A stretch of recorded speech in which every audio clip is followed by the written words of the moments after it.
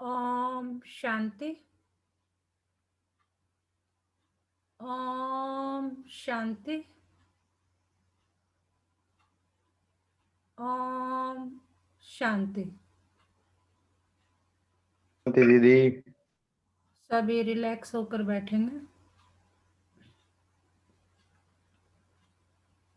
सारा ध्यान भ्रिकुटी के मध्य में। ये मुझ आत्मा का निवास स्थान है।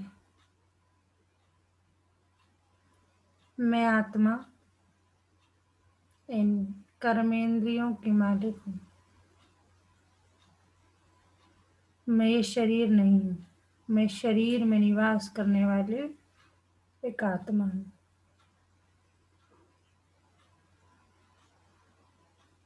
मुझे रोज आकर मेरे परम टीचर, मेरे सदगुरु, मेरे रूहानी सर्जन गुणों से, शक्तियों से भरपूर करते जाते हैं। शुक्रिया मेरे बाबा, शुक्रिया मुझे अपना बनाने के लिए, मुझे रोज पढ़ाने के लिए। अभी मैं आत्मा परम पिता परमात्मा के महावाक्य सुनूंगी। ओम शांति। आज 23 नवंबर 2020 बाबा के महावाक्य हैं। पहले सुनते हैं मुरली का सार। मीठे बच्चे, तुम देही अभिमानी बनो तो सब बीमारियां खत्म हो जाएंगी और तुम डबल सरताज विश्व के मालिक बन जाएंगे। बाबा कह रहे हैं अगर तुम अपने को आत्मा समझो, आत्मा समझकर काम करो, कर्मातीत अवस्था में रहो तो तुम्हारी सारी बीमारियां खत्म हो जाएगी और हम लोग विश्व के मालिक, डबल सिरताज विश्व के मालिक बन जाएंगे। प्रश्न है, बाप के सम्मुख किन बच्चों को बैठना चाहिए? बाप के सम्मुख किन बच्चों को बैठना चाहिए? उत्तर, जिन्हें ज्ञान डांस करना आता है। ज्ञान डांस करने वाले बच्चे जब बाप के सम्मुख होते हैं तो बाबा की मुरली भी ऐसी ही चलती है। अगर कोई सामने बैठ इधर उधर देखते तो बाबा समझते ये बच्चा कुछ भी समझता नहीं है। बाबा ब्राह्मणियों को भी कहेंगे तुमने यह किसको लाया है, जो बाबा के सामने भी उबासी देते हैं। बच्चों को तो ऐसा बाप मिला जो खुशी में डांस करनी चाहिए।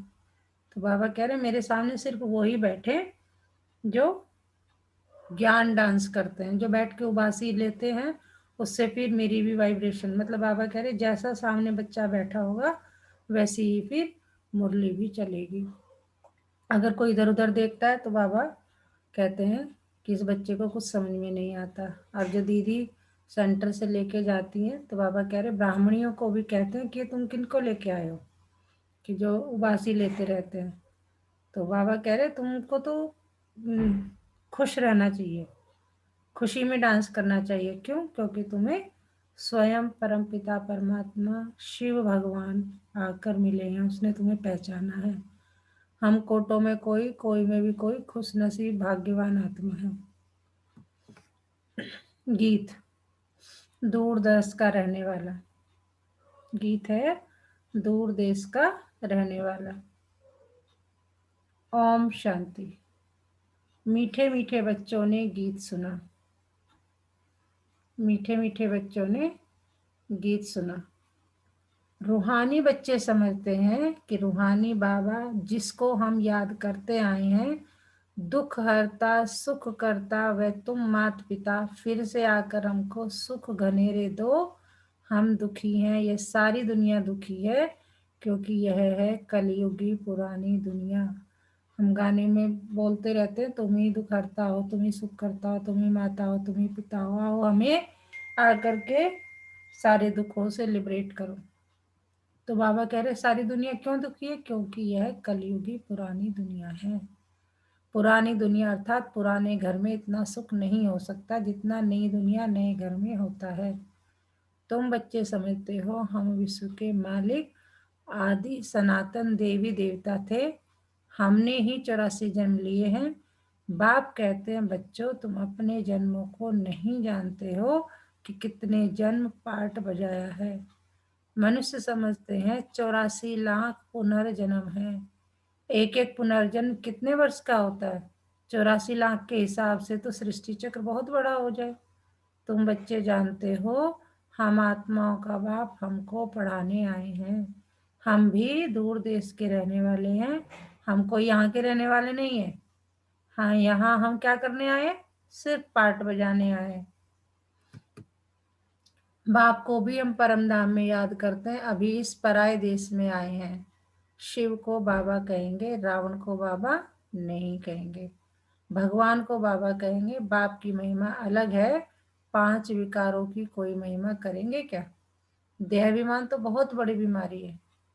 हम देही अभिमानी बनेंगे तो कोई बीमारी नहीं रहेगी। बाबा कह रहे हैं देही अभिमानी बनना है और हम विश्व के मालिक बन जाएंगे। यह बातें तुम्हारी बुद्धि में, सिवाय तुम्हारे और कोई नहीं जानता इस बात को। और तुम भी क्यों जानते हो? क्योंकि तुम्हें आके खुद मैं बताता हूँ। शिव बाबा कह रहे मैंने आके तुम्हें सारा ज्ञान दिया। तुम जानते हो शिव बाबा हम आत्माओं को पढ़ाते हैं। जो भी और इतने सत्संग आदि है वहां भी ऐसे नहीं समझेंगे कि हमको बाबा आकर राजयोग सिखलाएंगे, राजाई के लिए पढ़ाएंगे। राजा बनाने वाला तो राजा ही चाहिए ना। सर्जन पढ़ाकर आप समान सर्जन बनाएंगे। बाबा कह रहे अगर कोई बैरिस्ट्री का कोर्स करना है तो कौन कराएगा? जिसे उसकी नॉलेज होगी। इंजीनियरिंग का कोर्स कराएगा कौन? जो इंजीनियरिंग की नॉलेज होगी। सर्जन का कोर्स कौन कराएगा? जिसे उसकी नॉलेज होगी। तो बाबा कह रहे सर्जन पढ़ाकर आप समान सर्जन बनाएंगे। अच्छा, डबल सिरताज बनाने वाला कहाँ से आएगा? जो हमको डबल सिरताज बनाए, इसीलिए मनुष्यों ने फिर डबल सिरताज कृष्ण को रख दिया है। परंतु कृष्ण कैसे पढ़ाएंगे? जरूर बाप संगम पर आए होंगे, आकर राजा स्थापन की होगी। बाप कैसे आते हैं ये तुम्हारे सिवाय और कोई की बुद्धि में नहीं होगा। दूर देश से बाप आकर हमको पढ़ाते हैं, राजयोग सिखलाते हैं। बाप कहते हैं मुझे कोई लाइट व रत्न जड़ित ताज नहीं है। बाबा कह रहे मुझे कोई ताज नहीं है। वह कभी राजा ही पाते नहीं। कहते मैं तो जन्म मरण में आता ही नहीं हूँ, तो मुझे तो राजा ही चाहिए ही नहीं। डबल सिरताज बनते नहीं, औरों को बनाते हैं। कि मैं खुद नहीं बनता हूँ, तुम्हें बनाता हूँ, अपने बच्चों को बनाता हूँ। बाप कहते हैं हम अगर राजा बनता तो फिर रंक भी बनना पड़ता। भारतवासी राव थे, अब रंक है। तुम भी डबल सिरताज बनते हो तो तुमको बनाने वाला भी डबल सिरताज होना चाहिए, जो फिर तुम्हारा योग भी लगे। जो जैसा होगा ऐसा आप समान बनाएगा। सन्यासी को का सन्यासी बनाएंगे, तुम गृहस्थी व सन्यासी, तो फिर तुम फॉलोअर्स तो ठहरे नहीं। कहते हैं फलाना शिवानंद का फॉलोअर है, परंतु वह सन्यासी माथा मुड़ाने वाले हैं। तुम तुम तो फॉलो करते नहीं।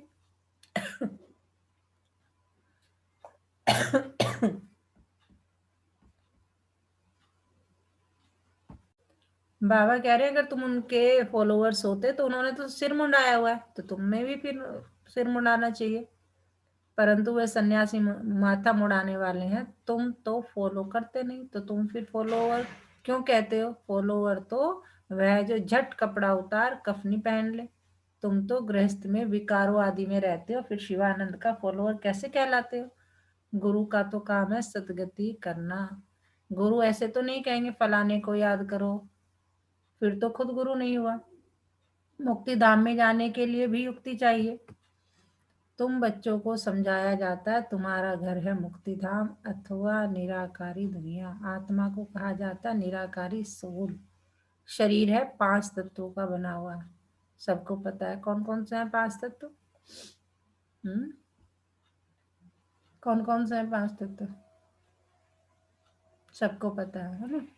आत्माएं कहाँ से आती है? परमधाम निराकारी दुनिया से। वहाँ बहुत आत्माएं रहती हैं, उनको कहेंगे स्वीट साइलेंस होम।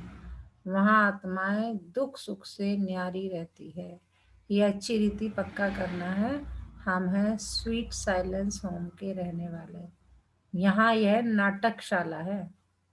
जहाँ हम अभी रह रहे हैं वो क्या नाटकशाला है, ड्रामा चल रहा है।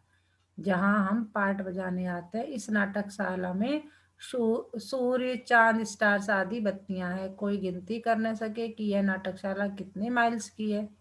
एरोप्लेन में ऊपर जाते हैं, लेकिन उसमें पेट्रोल आदि इतना नहीं डाल सकते जो जाकर फिर लौट भी आए। इतना दूर नहीं जा सकते। वह समझते हैं इतने माइल्स तक है, लौटेंगे नहीं तो गिर पड़ेंगे। समुद्र का व आकाश तत्व का अंत पा नहीं सकते। बाबा कह रहे जो तत्व है दो, समुद्र और आकाश तत्व का अंत तो नहीं मिल सकता। अभी बाप तुमको अपना अंत देते हैं। आत्मा इस आकाश तत्व से पार चली जाती है। कितना बड़ा रॉकेट है। बाबा कह रही है तुम्हारी जो छोटी सी आत्मा है, बिंदी जितनी, वो क्या है, बहुत बड़ा रॉकेट है। क्या 1 सेकंड में सोचो तो, यहाँ 1 सेकंड में सोचो तो परमधाम। तुम आत्माएं जब पवित्र बन जाएंगी तो फिर रॉकेट मिसल तुम उड़ने लग पड़ेंगे। कितना छोटा रॉकेट है। सूर्य चांद से भी उस पार मूल वतन में चले जाएंगे। सूर्य चांद का अंत पाने की बहुत कोशिश करते हैं। दूर के स्टार्स आदि कितने छोटे देखने में आते हैं तो बहुत बड़े। जैसे तुम पतंग उड़ाते हो तो ऊपर में कितनी छोटी छोटी दिखाई पड़ती है। बाप कहते हैं तुम्हारी आत्मा तो सबसे तीखी है। सेकंड में एक शरीर से निकल दूसरे गर्भ में जाए प्रवेश करती है। किसका कर्मों का हिसाब किताब लंदन में है तो सेकंड में लंदन जाकर जन्म लेगी। सेकंड में जीवन मुक्ति भी गाई हुई है ना। बच्चा गर्भ से निकला और मालिक बना, वारिस हो ही गया।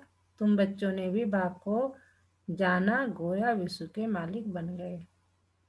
जैसे हमने बाप को जाना, उसके बच्चे बन गए, तो हम क्या बन गए, विश्व के मालिक बन गए। क्योंकि वो कौन है, वही तो विश्व का क्या है, सर्वे सर्वा है, ब्रह्मांड का बेहद का बाप ही आकर तुमको विश्व का मालिक बनाते हैं। स्कूल में बैरिस्ट्री पढ़ते तो बैरिस्टर बनेंगे, यहाँ तुम डबल सिरताज बनने के लिए पढ़ते हो। बाबा ने अंडरलाइन करा दिया कि तुम यहाँ क्या बनने के लिए पढ़ते हो, डबल सिरताज।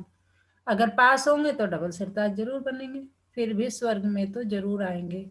तुम जानते हो बाप तो सदैव वहां ही रहते हैं। वो गॉड फादर कहेंगे तो भी दृष्टि जरूर ऊपर जाएगी। गॉड फादर है तो जरूर कुछ तो उनका पार्ट होगा ना। अभी पार्ट बजा रहे हैं, उनको बागवान भी कहते हैं। कांटों से आकर फूल बनाते हैं। तो तुम बच्चों को खुशी होनी चाहिए। किस बात की, बाबा आया हुआ है, इस देश पर आए। दूर देश का रहने वाला आए देश पर आए। दूर देश का रहने वाला तो बाप ही है, और आत्माएं भी वहां रहती है। यहाँ फिर पाठ बजाने आती है। देश पर आए ये अर्थ कोई नहीं जानते हैं। मनुष्य तो भक्ति मार्ग में जो सुनते हैं वह सत सत कहते रहते हैं। तुम बच्चों को बाप कितना अच्छी रीति समझाते हैं। आत्मा इम्प्योर होने से उड़ नहीं सकती है, प्योर बनने बगैर वापस जा नहीं सकती। पतित पावन एक ही बाप को कहा जाता है, उनको आना ही है संगम पर। तुमको कितनी खुशी होनी चाहिए। किस बात की, बाबा हमको डबल सिरताज बना रहे हैं। इससे ऊंचा दर्जा कोई का होता नहीं। बाप कहते मैं डबल सिरताज बनता नहीं हूँ, मैं आता ही हूँ एक बार। कब, संगम युग पर, पराए देश पराए शरीर में एक बार आता हूँ। वो भी किस में, पराए देश में और पराए शरीर में। यह दादा भी कहते हैं मैं शिव थोड़ी हूँ। ब्रह्मा बाबा की बात कर रहा हूँ, दादा लेखराज की। क्यों कहते हैं मैं शिव थोड़ी हूँ। मुझे तो लखीराज कहते थे, फिर सरेंडर हुआ तो बाबा ने ब्रह्मा नाम रखा। इसमें प्रवेश कर इनको कहा कि तुम अपने जन्मों को नहीं जानते हो। 84 जन्मों का भी हिसाब होना चाहिए ना। वो लोग जो 84 लाख कह देते हैं, जो बिल्कुल इम्पॉसिबल है। 84 लाख जन्मों का राज समझाने में ही सैकड़ों वर्ष लग जाए। याद भी पढ़ न सके। 84 लाख योनियों में तो पशु पक्षी आदि सब आ जाते हैं। मनुष्य का ही जन्म दुर्लभ गाया जाता है। जानवर थोड़ी नॉलेज समझ सकेंगे। तुमको बाप आकर नॉलेज पढ़ाते हैं। खुद कहते हैं मैं आता हूँ रावण राज्य में। माया ने तुमको कितना पत्थर बुद्धि बना दिया। अब फिर बाप तुमको पारस बुद्धि बनाते हैं। उतरती कला में तुम पत्थर बुद्धि बन गए। अब फिर बाप चढ़ती कला में ले जाते हैं। नंबरवार तो होते हैं ना। बाबा कह रहे नंबरवार पुरुषार्थ अनुसार तुम अपना पद पाओगे। हर एक को अपने पुरुषार्थ से समझना है। मुख्य बात है याद की, अंडरलाइन। कल भी बाबा ने कहा था कि एक चाबी मैं तुम्हें दे रहा हूँ, वो भी किस चीज की, अखुट खजानों की चाबी की। दिल से कहो मेरा बाबा, दिल से। कहना भी है और मानना भी है, दोनों बात बाबा ने कल अंडरलाइन कराई थी। अभी बाबा कह रहे मुख्य बात है याद की। रात को जब सोते हो तो भी ये ख्याल करो बाबा हम आपकी याद में सो जाते हैं, गोया हम इस शरीर को छोड़ देते हैं, आपके पास आ जाते हैं। ऐसे बाबा को याद करते करते सो जाओ तो फिर देखो कितना मजा आता है। हो सकता है साक्षात्कार भी हो जाए, परंतु इस साक्षात्कार आदि में खुश नहीं होना है। बाबा हम तो आपको ही याद करते हैं, आपके पास आना चाहते हैं।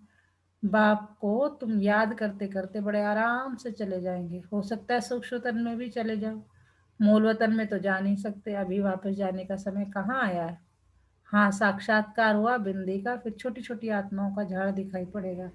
जैसे तुमको बैकुंठ का साक्षात्कार होता है ना, ऐसे नहीं साक्षात्कार हुआ तो तुम बैकुंठ में चले जाएंगे, नहीं। उसके लिए तो फिर मेहनत करनी पड़े। तुमको समझाया जाता है तुम पहले पहले जाएंगे कहाँ, स्वीट होम। सब आत्माएं पाठ बजाने से मुक्त हो जाएंगी।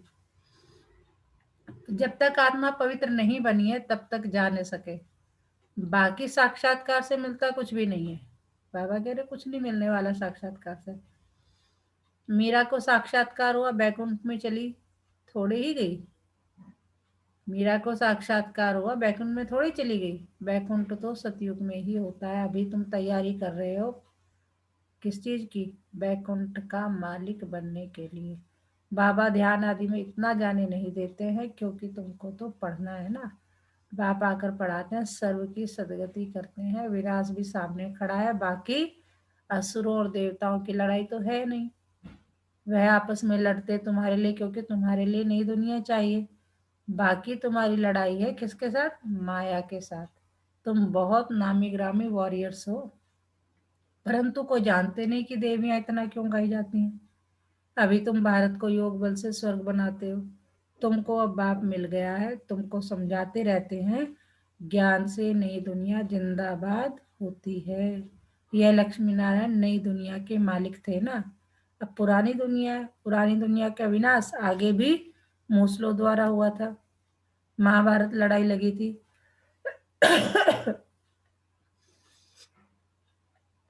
उस समय बाप राजयोग भी सिखा रहे थे।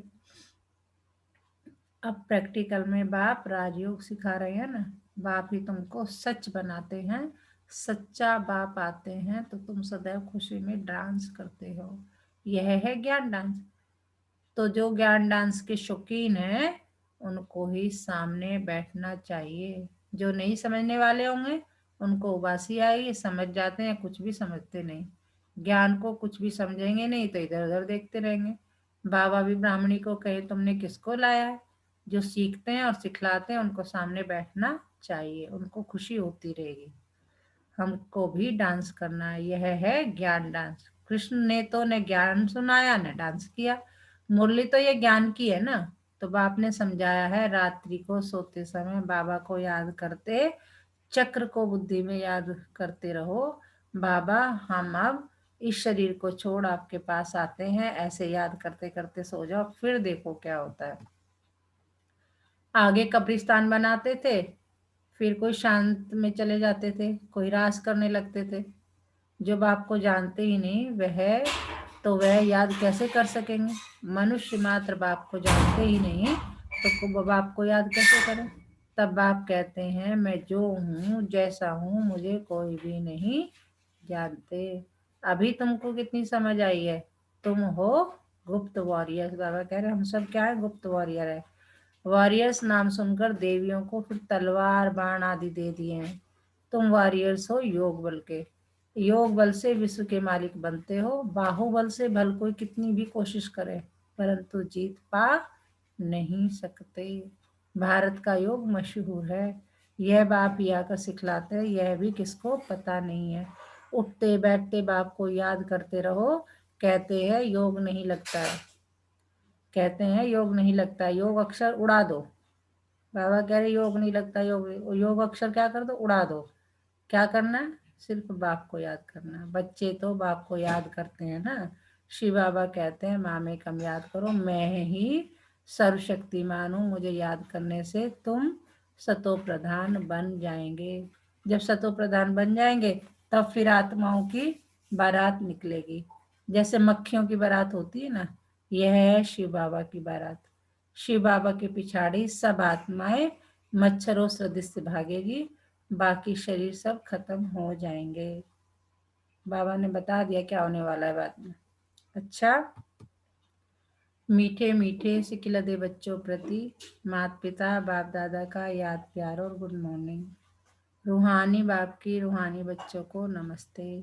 हम रूहानी बच्चों की रूहानी माता पिता बाप दादा को याद प्यार और गुड मॉर्निंग। नमस्ते बाबा, नमस्ते। शुक्रिया बाबा, शुक्रिया हमें अपना बनाने के लिए, हमें रोज पढ़ाने के लिए, हमें पतित से पावन बनाने के लिए। तो बाबा ने क्या सुनाया बॉबी जी? ओम शांति दीदी। ओम शांति। मैम, बाबा आज बहुत अच्छी बातें बता रहे हैं हर मुरली की तरह। वो कह रहे हैं कि तुम दुखी इसलिए हो क्योंकि हमने अपने आप को ना देह समझ लिया। हम अगर अपने आप को आत्मा समझेंगे ना, तो हम जो दुख है ना, इससे अलग अलग हो जाएंगे। और कहते हैं कि जो ये जो मुरली में पढ़ा रहा हूँ, इसको साधारण मुरली ना समझो ना। और फिर बाबा हमें हमारे 84 जन्मों के बारे में बताते हैं। वो कहते हैं कि मैं तो राजा बनूंगा नहीं, है ना। अगर मैं बनता तो फिर मुझे फकीर ही बनना पड़ता। अब अपने को आत्मा समझो और सुख दुख से न्यारे हो जाओ। फिर बाबा कह रहे हैं कि अपने सूक्ष्म तन के बारे में बताते हैं, जहां हम सब जाएंगे। कि आदमी चांद पर भी जा रहा है, सूरज पर भी जा रहा है। मशीनें वहां नहीं पहुंच सकती, हमारी आत्माएं पहुंच सकती है। कौन सी? जो 5 विकारों से दूर हो जाए, हमारी आत्मा शुद्ध हो जाए। जब भी हम वहां पहुंचेंगे। बाबा कह रहे हैं कि मैंने भी ये ज्ञान देने के लिए ना दादा लेखराज का सहारा लेना पड़ा। और जब मैं उनके शरीर में गया तब उनको ब्रह्मा नाम मिला ना। तो बाबा को याद करो, सोते सोते याद करते सो जाओ, तो तुम्हें अत्यंत आनंद प्राप्त होगा। क्यों? क्योंकि जो ये ज्ञान हमें मिला है ना, तो हम बाबा के क्या हैं? गुप्त वॉरियर। बिल्कुल बिल्कुल ओम सही। शांति। धारणा के लिए मुख्य सार। रात को सोने से पहले बाबा से मीठी मीठी बातें करनी है। बाबा, हम इस शरीर को छोड़ आपके पास आते हैं, ऐसे याद करके सोना है। याद ही मुख्य है, याद से ही पारस बुद्धि बनेंगे। 5 विकारों की बीमारी से बचने के लिए क्या करना है? देही अभिमानी रहने का पुरुषार्थ करना है। ये समझना है मैं ये शरीर नहीं आत्मा हूँ। अथाह खुशी में रहना है, ज्ञान डांस करना है, क्लास में सुस्ती नहीं फैलाना है। आज का वरदान। त्रिकालदर्शी स्टेज द्वारा व्यर्थ का खाता समाप्त करने वाले सदा सफलता मूर्त भव। त्रिकालदर्शी स्टेज द्वारा व्यर्थ का खाता समाप्त करने वाले सदा सफलता मूर्त भव। तो हमारे जो संकल्प है, बोल है, कर्म है, वो सब क्या होने चाहिए? पावरफुल होने चाहिए, समर्थ होने चाहिए। ठीक है। त्रिकालदर्शी स्टेज पर स्थित होना अर्थात हर संकल्प, बोल व कर्म करने के पहले चेक करना। मतलब बाबा कह रहे करने से भी पहले, सोचने से भी पहले सोचो, बोलने से भी पहले सोचो, कर्म करने से पहले। क्योंकि पहले संकल्प बनता है, उसके बाद आप बोलते हैं और फिर वो कर्म में आता है। तो बाबा कहते हैं सोचने से पहले भी सोचो। कि त्रिकालदर्शी स्टेज पर स्थित होना अर्थात हर संकल्प, बोल व कर्म करने के पहले चेक करना कि यह व्यर्थ है या समर्थ है। व्यर्थ 1 सेकंड में पद्मों का नुकसान करता है, समर्थ 1 सेकंड में पद्मों की कमाई करता है। सेकंड का व्यर्थ भी कमाई में बहुत घाटा डाल देता है, जिससे की हुई कमाई भी छिप जाती। इसलिए एक कालदर्शी हो, कर्म करने के बजाय एक कालदर्शी नहीं बनना है। क्या होना? त्रिकालदर्शी स्थिति पर स्थित होकर करो तो व्यर्थ समाप्त हो जाएगा और सदा सफलता मूर्त बन जाएंगे। आज का स्लोगन है मान शान और साधनों का त्यागी महान त्याग है। मान शान और साधनों का साधन, ठीक है, जो मिल रहा है उसे रखना है, लेकिन उसके पीछे भागना नहीं है। कि ठीक है एक गाड़ी हो गई, अब इससे बड़े वाली चाहिए, अब ये घर हो गया, एक बड़े वाला चाहिए। सही है, सब कुछ बाबा सब दिया है, लेकिन उसके पीछे अपने मन की, अपने परिवार की, अपने स्मित संबंधियों की सबकी शांति भंग नहीं करनी है। तो बाबा कह रहे हैं कि मान शान और साधनों का त्याग ही महान त्याग है। आज का मीठा मोती। अगर आप विश्व को परिवर्तन करना चाहते हैं बाबा कह रहे अगर आप विश्व को परिवर्तन करना चाहते हैं तो एक महत्वपूर्ण काम कर लीजिए। क्या? बस स्वयं को परिवर्तित कर लीजिए। अगर आप विश्व को परिवर्तन करना चाहते हैं तो एक महत्वपूर्ण काम कीजिए, बस स्वयं को परिवर्तित कर लीजिए। आज पूरे दिन किस सम्मान में रहना है? मैं सफलता मूर्त आत्मा हूँ। मैं सफलता मूर्त आत्मा हूँ। त्रिकालदर्शी स्टेज पर, यानी मेरा हर संकल्प, बोल व कर्म क्या है? समर्थ है, व्यर्थ नहीं है। अच्छा, ओम शांति।